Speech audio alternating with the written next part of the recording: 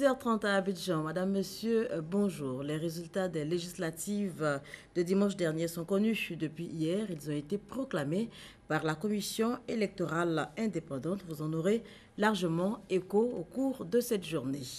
Notez toutefois que les observateurs ont enregistré un scrutin paisible, un scrutin qui s'est déroulé de façon convenable. C'est de l'avis de la chef de la mission d'observation de l'Union africaine, Catherine Samba Panza, qui a été reçue hier, vous le voyez en image, par le chef de l'État. Le président Alassane Ouattara, qui a également échangé hier lundi avec la présidente du groupe Greenwich Partners autour du développement des énergies. L'actualité, c'est également le démarrage du programme d'appui de la production vivrière en Côte d'Ivoire. L'opération a été lancée hier après-midi à Balakro, c'est dans le district de Yamoussoukro. Et l'opération a donc été lancée par le Premier ministre, c'est ce que nous dit Abou Sanogo. Le Premier ministre Daniel Kablan-Duncan à Balakro dans le département de Yamoussoukro pour procéder au lancement du projet relatif à la mise en œuvre des mesures d'urgence pour encourager la production vivrière. Un lancement qui marque une nouvelle étape dans la façon de produire pour nourrir les populations. D'une durée de 18 mois, ce programme d'appui à la production vivrière vise à contribuer à la sécurité alimentaire des ménages ivoiriens à travers un soutien de l'État par des moyens de production agricole. C'est maintenant chose faite. Grâce à un budget de 100 milliards de francs CFA que son Excellence M. Alassane Ouattara, président de la République, a loué au ministère de l'Agriculture et du Développement rural en 2016. La mise en œuvre des mesures d'urgence sur la production vivrière vise, dans une première phase, à produire, à mettre à la disposition des paysans des quantités suffisantes de matériel végétal de très haute qualité pour la banane plantain et le manioc. Mettre en phase des plateformes de commercialisation pour le manioc, la banane plantain et l'igname, impliquant tous les acteurs de la chaîne des valeurs. Le ministère de l'Agriculture et du Développement rural, pour la réussite du programme, s'est pleinement engagé en initiant plusieurs projets pour produire au mieux et en toute saison. Yamoussoukro a été identifié pour être le laboratoire. Oui, le laboratoire de la transformation de la structure de notre économie agricole. Grâce à la volonté politique du président de la République, en moins d'1 mois, l'État de Côte d'Ivoire vient de transformer la façon de faire du vivrier ici. Les producteurs de Yamoussoukro et de Tiébissou, bénéficiaires du projet, ont témoigné leur gratitude au président de la République, Alassane Ouattara. Depuis des années, avec le changement climatique, on est toujours en pénurie de vivriers. Et là, savoir qu'en toute saison, nous aurons la nourriture ici, nous disons merci au gouvernement. L'ANADER, l'Agence nationale d'appui au développement rural, a été identifiée comme structure de mise en œuvre du programme d'urgence d'appui à la production vivrière.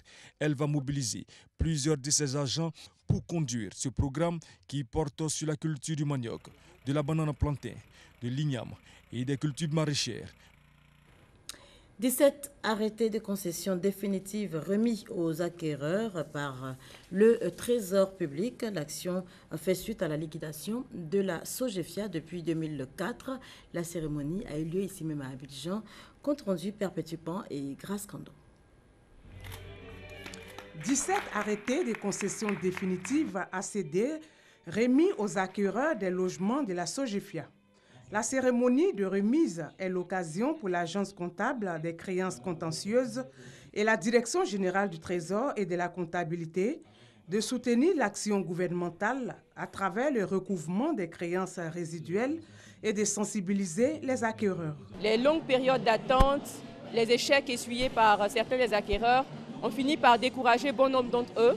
Alors, conscient de ces difficultés, le Trésor public, la Direction générale des impôts, en collaboration avec les services du ministère de la Construction et de l'Urbanisme, ont mis en place un mode opératoire pour faciliter l'accès au titre de propriété. C'est l'occasion d'encourager donc tous les acquéreurs à solder leurs arriérés.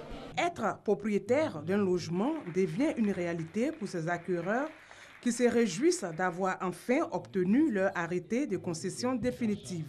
Nous sommes très contents parce qu'on n'avait pas espéré qu'on va avoir ça. Aujourd'hui, nous avons ce terrain-là pour nos enfants. C'est avec beaucoup de joie qu'on a reçu notre ACD. C'est vrai, il y a eu beaucoup de privations, il y a eu des énervements même, mais c'est l'aboutissement. Pour le directeur général du Trésor, Assaoré Konan Jacques, il s'agit d'œuvrer à l'amélioration des conditions de vie des populations à travers la mise à leur disposition de logements décents. Et on s'intéresse à présent à ces jeunes dames qui ont décidé de s'adonner au métier de briquetière. En termes simples, fabricantes de briques, elles s'y mettent et mieux, elles y entraînent leurs conjoints. Franck Quadio est allé à la rencontre de ces jeunes dames qui n'ont pas hésité en tout cas à embrasser ce métier dit d'homme pour financièrement être autonomes. Regardez. Sur cette dalle, une ouvrière en bâtiment. Au milieu des hommes a manié la pelle dans le tas de sable. Sylvie, c'est son prénom. Elle a choisi le métier de briquetière, faire des briques pour ensuite bâtir sa propre maison. Son objectif. Je me sens à l'aise dans la briqueterie. On peut venir m'appeler, soit il y a une construction quelque part. Je peux me déplacer, aller faire sortir les briques et puis on peut me payer. Des motivations qui ont brisé les barrières du travail physique. En effet, fabriquer des briques, remuer le ciment, la tâche n'est pas aisée. Mais l'acharnement de la jeune dame a fait des émules en bonne place son conjoint. Il a abandonné son métier d'informaticien pour lui aussi fabriquer des briques. Ça fait 4 jours que je suis sur le terrain, je travaille avec elle et tout à l'heure on a coulé les bétons. Gagner son pain par les métiers du bâtiment. Le couple a eu pour modèle une autre dame, l'épouse du responsable du chantier.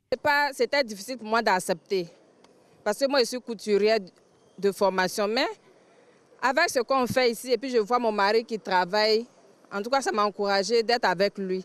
Des ouvriers, du matériel et un chantier pas du tout ordinaire. C'est un chantier école créé par cet ingénieur en bâtiment à la retraite.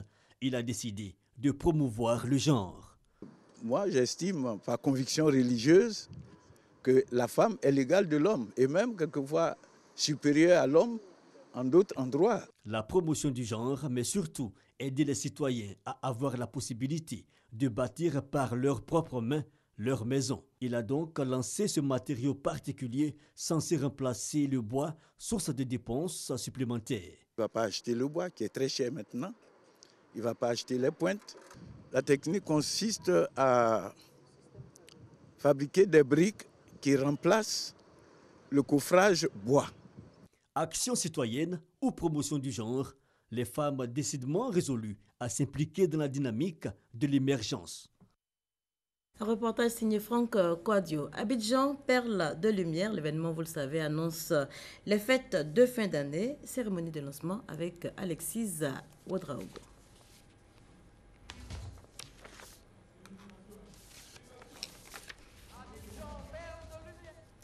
Nous irons certainement dans nos prochaines éditions, mais vous le retenez, Abidjan est désormais tout en couleur, tout en lumière, et cette cérémonie vous sera donc retranscrite dans nos prochaines éditions. Mais avant, je vous donne quelques informations hors de chez nous.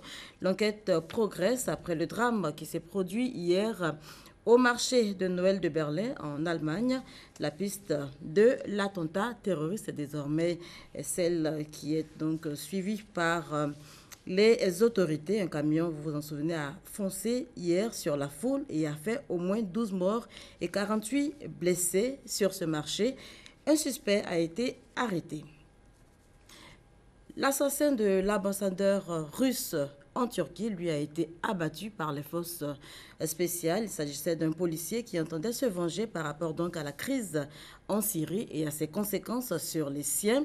L'homme a été abattu hier par balle. Il avait lui-même abattu par balle l'ambassadeur russe en Turquie lors d'une exposition. Voilà qui met un terme à ce journal. Merci de nous avoir suivis.